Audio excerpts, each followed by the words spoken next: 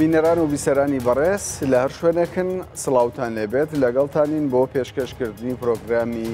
باسی ڕۆژ لەم بەرنامەیەدا ئەمڕۆ باز لە ناوچە کێشە لە سەرەکان دەکەین بە تایبەت باز لە کەرکووک دەکەین. دۆخی ئێستای کەرکووک و ناوچە کێشە لە سەرەکان بە گشتی چۆنە لە دوای 16 ئۆکتۆبەر؟ زۆر جار باز لە گەڕانەوەی پێشمەرگەی کوردستان دەکرێت بۆ ناوچە کوردستانیەکان. هەنگاوەکان لەم بارەوە بەچێک گەیشتووە؟ ئایا بەڕاست پێشمەرگەی کوردستان دەگەڕێتەوە؟ ئایا بەڕاست جارێکی دیکە ئاڵای کوردستان لە ناوچە کوردستانیەکان بە تایبەت لە کەرکووک دەشەکێتەوە؟ ئەمریکا و هاوپەیمانان لە چێوەی ئەو هاوکێشە سیاسیانن. گفتوگۆکانی نێوان بەغدا و هەولێر و داهاتووی ئەو ناوچانە چی بەسەردێ؟ ئەم مژارە لەگەڵ زۆر بەڕێز دکتۆر کەمال کەرکووکی بەرپرسی ئەنجومەنی سەرکردایەتی کەرکووک گەرمیانی پارتی دیموکراتی کوردستان تاوتوێ و شەن و کەوی دەکەین. دکتۆر کەمال کەرکووکی بەخێر بێن بۆ باسی ڕۆژ. با لەوەوە دەست پێ بکەین.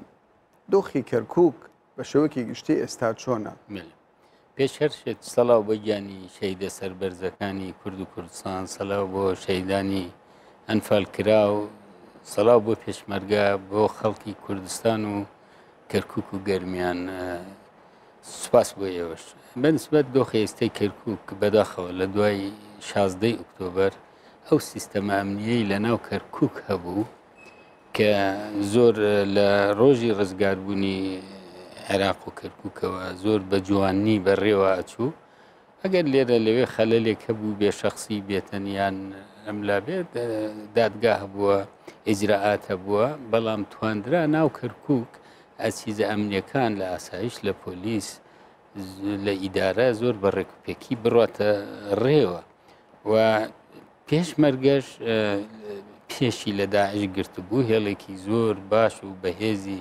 دروست کردبوو کە ئەو وەختە کە حەویجە منطقەی حەویجە لە بندەسی ترۆریستانی داعش بوو هەوڵیانەدا بگەنە کەرکووک و داگیری بکەن وەک شاری مووسڵ. پێشمەرگە سەدێکی زۆر بەهێز بوو، نەیە زۆر جەمە حاڵاتە کرا، ئەکوژران شەهیدمانەدا بریندارە بوو، خەرقیانە کرد دوایی ئەکوژران یا دەستگیرە کران. لە 16 ئۆکتۆبەر ئەوە هەمووی تێکچوو، یعنی ئەو هێڵی پێشمەرگە نەما، ئەو سیستەمی ئەمنی ناو شاریش نەما، بۆیە داعش و دەستگا ئەمنیەکان بە تایبێت لە هەندێک لایەن وەکو حەشت تێکەڵ بوون. بۆیە ئێستا وەزعی کەرکووک وەزعێکی نائارامە. هیچ وەختێک نازانیت کەی چی ڕۆ ئەداتن، تەقینەوە بێت، خەڵکە ڕفێندرێتن، پارە لە خەڵکە سەندرێت، خەڵکە بن بە پارە ئەیگۆڕنەوە، ڕێگەکانە بڕن، کەمیدانن. ینی بۆ هەموو پێکاتەکان یان تەنیا بە تاکید ئەزانی ئەگە بێت سەر هەموو پێکاتەکان گشت پێکاتی کەرکووک بە کورد، تورکمان، عەرەب لە بن زوڵمن. زوڵم لە هەموو لایەکە کرێ، لە هەمویان زۆرتر کورد لە وەختی ڕەژیمەکانی ڕابردوو دەربەدەر کرا، ئەنفال کران، ماڵەکانیان داگیر کرا، زۆریان بە زۆر ئاوارەی ئەم وڵە شار و ئەو شار کرد، زیاتر زوڵمی لێ کراوە. ئەوانی تریش یعنی تۆ سێر مەکە لایەنێکی سیاسی بۆ خۆی حیزبێکی داناوە بۆ ئەوەی لەسەری بژێتن حەولەدا فتنە لە بینی نەتەوەکان دروست بکاتن، بەڵام وەکو میلەت چی کورد، چی تورکمان، چی عەرەب، چی کلدان، سریان، ئاسووری، ئەرمەنی، سابیعی مەندایی هەمویان لەو زوڵمە بەریانەکەوێتن کە زوڵمێکە کرێت، تەقینەوەیەکە کرێ ناو شار خۆ ناڵێ ئیلا ئەبێ کورد بکوژمیان، ئیلا ئەبێ عەرەب، یان ئیلا تورکمانیا، ئیلا مەسیح، هەموو بەرەکەوێتن. پێ دوایە ئێستا خەڵکی کەرکووک بە شێوەیەکی گشتی ئومێدی ئەوە دەکەن پێشمەرگە بگەڕێتەوە، یان ئومێدی ئەوە دەکەن خۆزگەیان بە پێش 16 ئۆکتۆبەر دەخواست؟ حتاکو لەو دیانەی بینی کەرکووک و دووبست کە هەندێ گوندی عەرەب نشینە پەیوەندیان هەیە بە تەلەفۆن بەنامە لەگەڵ ئێمە، تەمەنای ئەو ڕۆژاکەن کە پێشمەرگە لەوێنەوە، چونکە ئێستا خۆیان لە دیەکانیان ئەبێت تا بەیانی حیمایەت بگرن بەوەی نەکوژرن. پێش نەختێک لە هەندێک شوێنێکەیە بەناو مەنسووریە لای مەلا عەبدوڵڵا تەقینەوە بووە، دوێنێ پێرێ کارەبایان اختتاف لغمیان پێ تاقێتن مناڵیان نەڕفێندرێ دوای بە پارە بەرێدەن لە بینی ڕێی کەرکک و بەغدا لەوێ کەمیدا ئەندرێ ئەنی بەڕاستی حاڵەتێکی مەساویە پێویستی بە چارەسەرە چارەسەرێکی زۆر زۆر باشە دکتۆر بەڕاستی مرۆڤ لەوە تێناگا ینی عێراق ژمارەی سەربازانی زۆرە هەژدی شعبی ژمارەیەکی یەکجار زۆرە بۆچی عێراق ناتوانێت لەو ناوچانە ینی سەقامگیری دەستە بەر بکات بە تایبەت ئێستا ینی لە هەندێک شوێن هەژدی شعبی پاشە کشە دەکات داعش ئێستا دەتوانین بڵێن تا ڕادەیەکی زۆر ئازادانە جم و زۆڵ دەکات پێ دوای ئەمە بۆچی دەگەڕێتەوە ئەزانانی س تێکەڵ بووە مشکلەکە لێرەیە ئەنی من پێشتر باسم کرد وەختی کە داعش هەویست خۆی بگەێنێتە کەرکک نایەتوانی یەک جارێک خەرقێکیان کرد لە باشووری کەرککەوە بەڵام پێشمەرگە و ئاسایش و پۆلیس قوربانیشیاندا دەریانیان کرد ئێستا تێکەڵ بووە خۆی سێرەکەی قسمەکەی داعش بووە ئێستا حەشت ئەو حەجدانەی تر کە پەیوەندیان نەبووە بە داعشەوە یان بەجددی حەشدن بۆ قوتی ژیانیان بۆی بژێن بە شەوان ئەمانی کە جاران داعش بوونە و ئێستا حەشتن ئەوانە کوژن ئەڵەن کەمینێکی وەهمی دانرا و کوژرا لە بۆیە تێکەڵ و پێکەڵێک هەیە بەو شێوەیە نابێ ئللا ئەگەر کاتێک بێ یاسا سەرۆر بێ تا یاسا سەروەر نەبێت ناڵێم تەنها بۆ حەشتیان بۆ عەرەب بۆ گشتمان بۆ کوردیش بۆ تورکمانیش بۆ کلدان و سریان و ئاسووری و ئەرمەنیش بۆ عەرەبیش ئەگەر یاسا سەروەر بوو کێ مەخالەفەیەکی کرد ئەو جا بدرێتە یاسا و سزای خۆی وەربگرێ خەڵک لەگەڵ ئەوەیە بژێ گشت پێکاتە کەواتە ئێستا تەواوی پێکاتەکان لە ژێر مەترسید بە تاکید من لەوە قەنعاتی 100% هەیە گشت پێکاتەکان لە کەرکک ژیانیان لە مەترسی باش ئێستا ینی کەرکک و ناوچە کوردستانیەکان بە دۆخێکی ناسەقامگیر تێپەڕ دەبێت پرسیارەکە لێرەدا ئەوەیە ئەگەر گەڕانەوەی پێشمەرگە پێویست بێ و خواست و ویستی ئەگەر تەواوی پێکاتەکانیش نەوێت بە هەموو تاکەکانیەوە بەڵام بەشی زۆری دانیشتوانی کەرکک داوای گەڕانەوەی هێزی پێشمەرگەی کوردستان دەکەن بەڕاست دەرفەتێکی ئەوە هەیە ئەزانی بەنسبەت پێشمەرگە لەکوێ پێشمەرگە خەڵکی ئەو خەڵکە دڵسۆزە شۆڕژگەڕێ کە لە مێژووی دامەزراندنەوە دیفاعی لە دیموکراسی کردو قوربانی داوە بۆ ئەوەی دیموکراسی بچەسب بۆ ئەوەی نا شوێنێک داگیر بکە بۆ خۆی و ڕاوڕووتی لێ بکاتن بەو شێوەیە نەبووە پێشمەرگە بۆ کەرکک کە ئەو 3 ساڵ لە شەڕی داعش بوون ئێمە لەو منطقەیە سەنەدێکی بەهێز بوو زیاتر لە 1000 قوربانی داوە پێشمەرگە لە ماوە بەڵێ بەس لەو میحوەرەی کە من لێ بووم بەرپرسی میحوەر ڕۆژاوای کەرکک بووم 236 شەهید لە دەست داعش 987 بریندارمانە بوو ئەوە بەس کەواتە زیاتر لە 1000 شەهید بەتاکید لە باشووری کەرکک لە ڕۆژهەڵاتی کەرکک لە محورەکانی تر شەهیدی زۆرماندا قوربانی زۆرماندا پێشمەرگە گیانی خۆی فیدا کرد بۆ ئیستقرار بووە ئەوەی خەڵک بە کامەرانی بژێ مەسەڵەن ئێمە لە کەرکک لە هەر سێلای کەرکک و لە ناو کەرکک تەنها خۆ کوردمان نەپاراست تورکمانیشمان پاراست عەرەبیش کلدان سریان ئاسووری سابیعی مەندایی ئەرمەنی هەموو شایدی ئەوەن ئێستا تەمە ناکەن پەیوەندی بەردەوامەکەن داواکەن پێشمەرگە بگەڕێتەوە دکتۆر گیانی من باسی ئەو کوردانە دەکەم کە بەڕاستی کوردن دانەوێ بە شکۆییەوە بگەڕێنەوە کەرکک وە ئەو پرسیارش لە هزریواندایە بەڕاست پێشمەرگە جارێکی دیکە بە ئاڵای کوردستانەوە دەگەڕێتەوە کەرکک گفتوگۆکان بەکوێ گەیشتون هەوڵەکان بەکوێ گەیشتون ئەمە وەک پارتی دیموکراتی کوردستان لەگەڵ ئەوەین کە کێشەکان بە دیالۆگ چارەسەر بە ڕێگەی دیالۆگ بەبێ توند و تیژی چونکە کەرکک لە دیدی ئێمەوە ئێستا شارێکی داگیر کراوە ئەنجومەنەکەی لە کار خسراوە پارێزگارەکەی لەوێ نەماوە بە تەعین پارێزگارێک دانراوە نەک ئەنجومەنەکەی هەڵی بژاردووە دایناوێ هێزێکی زۆر لە باشوور و وەسەتی عێراقەوە چی لە پۆلیسی ئیتحادی چی لە دژە تیرۆر چی لە حەشدی شعبی پڕ کەرکووک کراوە ینی بۆتە مەعسکەرێکی گەورە زیاتر لە 4 فەرقەی تایە ئەوە جگە لە حەشد شعبی ئەمانە پێویستە ئاسایی بکرێتەوە ئێمە لە کوردستان وەفدێکی مشتەرەکمان هەیە پارتی دیموکراتی کوردستان و یەکێتی نیشتیمانی کوردستان هەوڵی زۆر جددی و بە دروستی ئەدەن بۆ ئەوەی کەرکووک بە شێوەیەکی ئاسایی سروشتی ئاسایی بکرێتەوە زۆر بەهێمنی ئاسایی بەبێتون دوو توێژی تەمە ناکەین سەرکەوتون بەدەست بێنن و تا ئیستەش گفتوگۆکان قۆناغی باشی بڕەوە ئەوەی من تێگەیشت بم بە شێوەیەکی گشتی بەغدا مەناعەتی نییە لەوەی پێشمەرگە بگەڕێتەوە لەوانەیە لەسەر تەفاسی تاوەکو ئێستا بەتەکیید نەوعی گەڕانەوەکە ئەبێ ئیتفاق لەسەری بکرێتن گەڕانەوەیەک بێتن ئینسان حەست بکە کەرامەتی مەحفوظە نەک لە بندەست بێ و زوڵمی لێ بکرێت و ئاڵاکەشی قەدەغە بکرێتن چونکە ئاڵای کوردستان تەنها ئاڵایە ئیمڕۆ لە کەرکووک ئەو ئاڵایەیە کە دەستوری عێراق بە پێی مادەی 117 دەسەڵاتی داوەتە پەرلەمانی کوردستان تەشریع بکە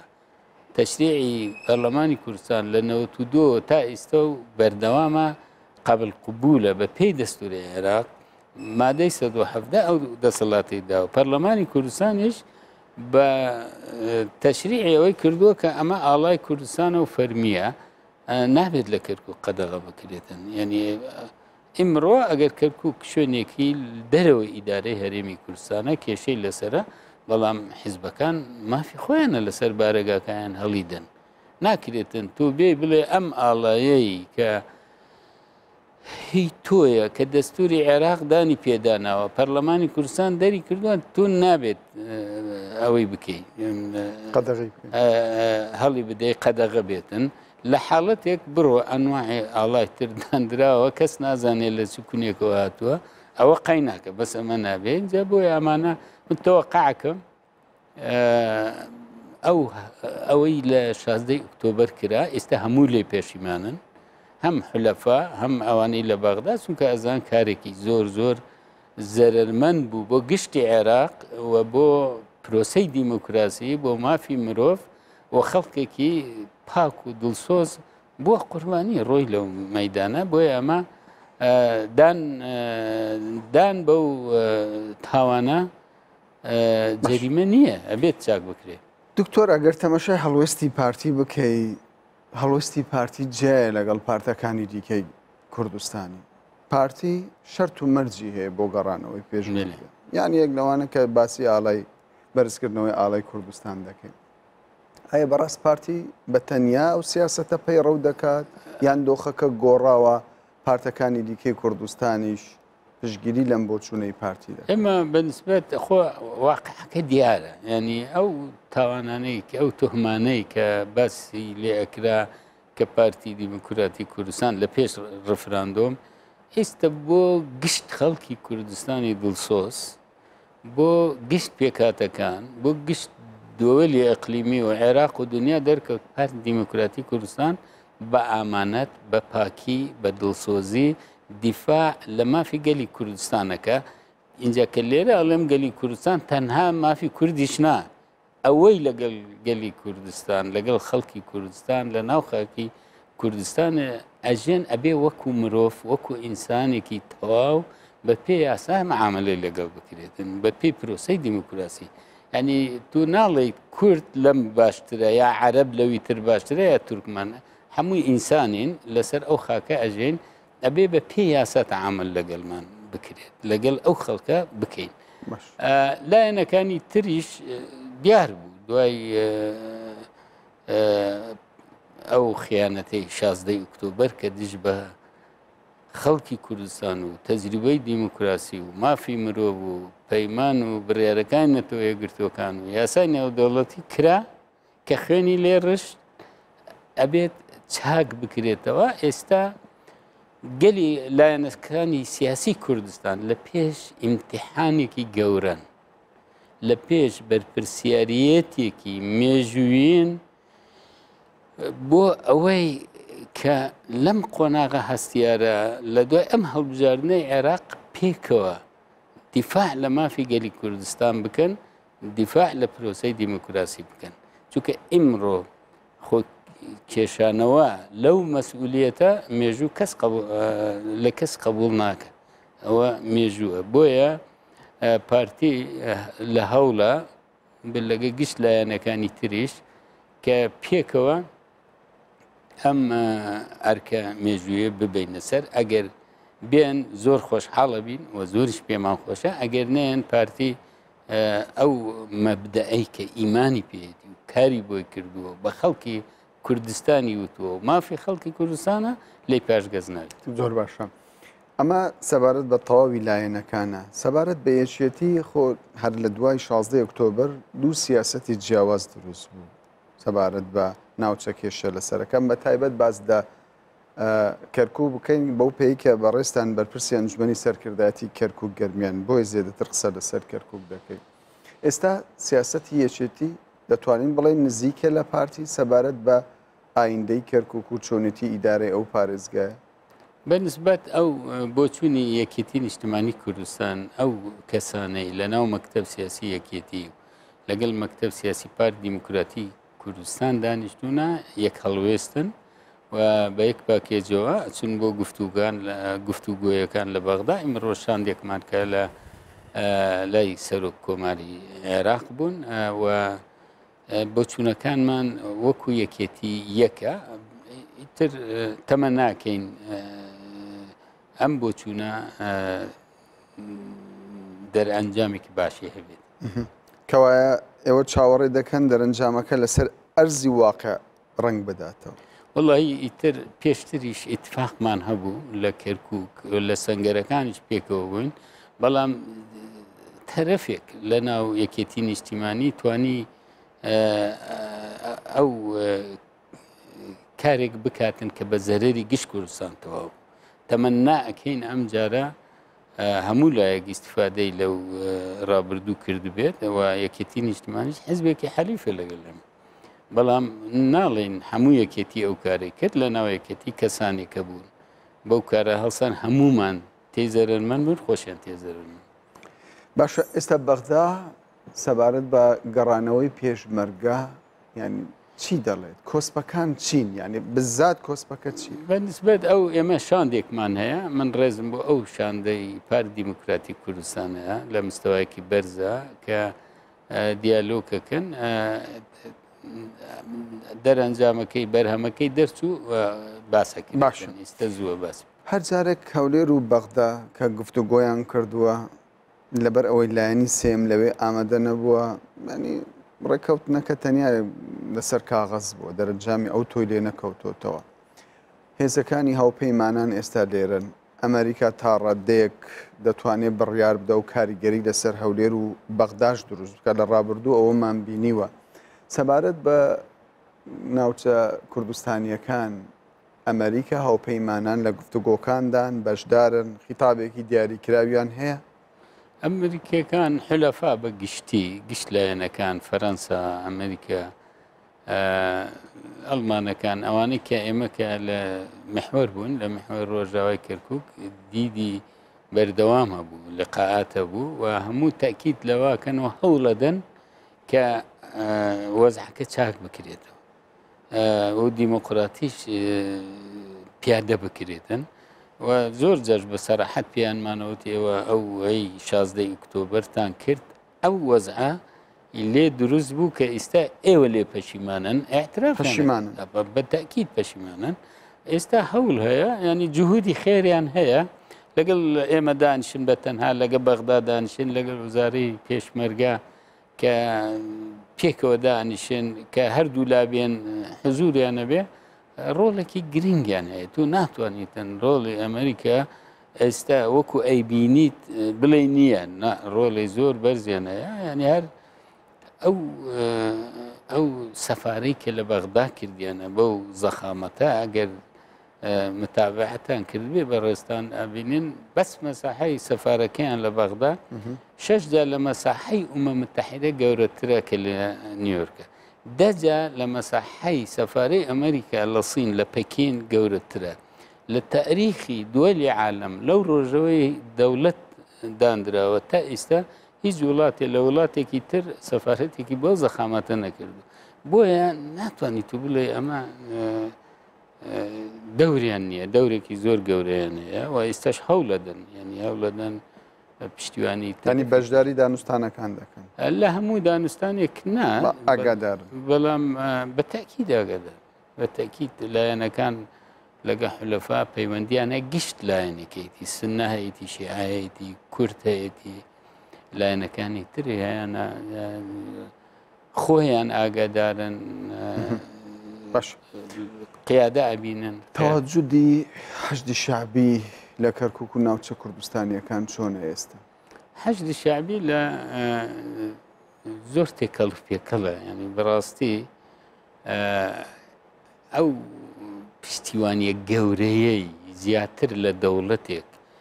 بۆ حەشدی شعبی و پۆلیسی ئیتیحادی لە 16 ئۆکتۆبەر نەبووە ئەو شتە پێ ناکرێت ئێمە خۆم زۆر جابیرمان لێ کردەوە کە لە سروری ئیدارەی کوردستان دەرەوەی ئیدارەی کوردستان ئەمانبینی ئەوەیان نەبوو بەڵامەوەی 16 ئۆکتۆبەر هەم موئامەرە بوو هەم خیانەت بوو بۆیە سوپاس بۆ ێزدان کە پێشمەرکانی پارتی دیموکراتی کوردستان لە 20 ئۆکتۆبەر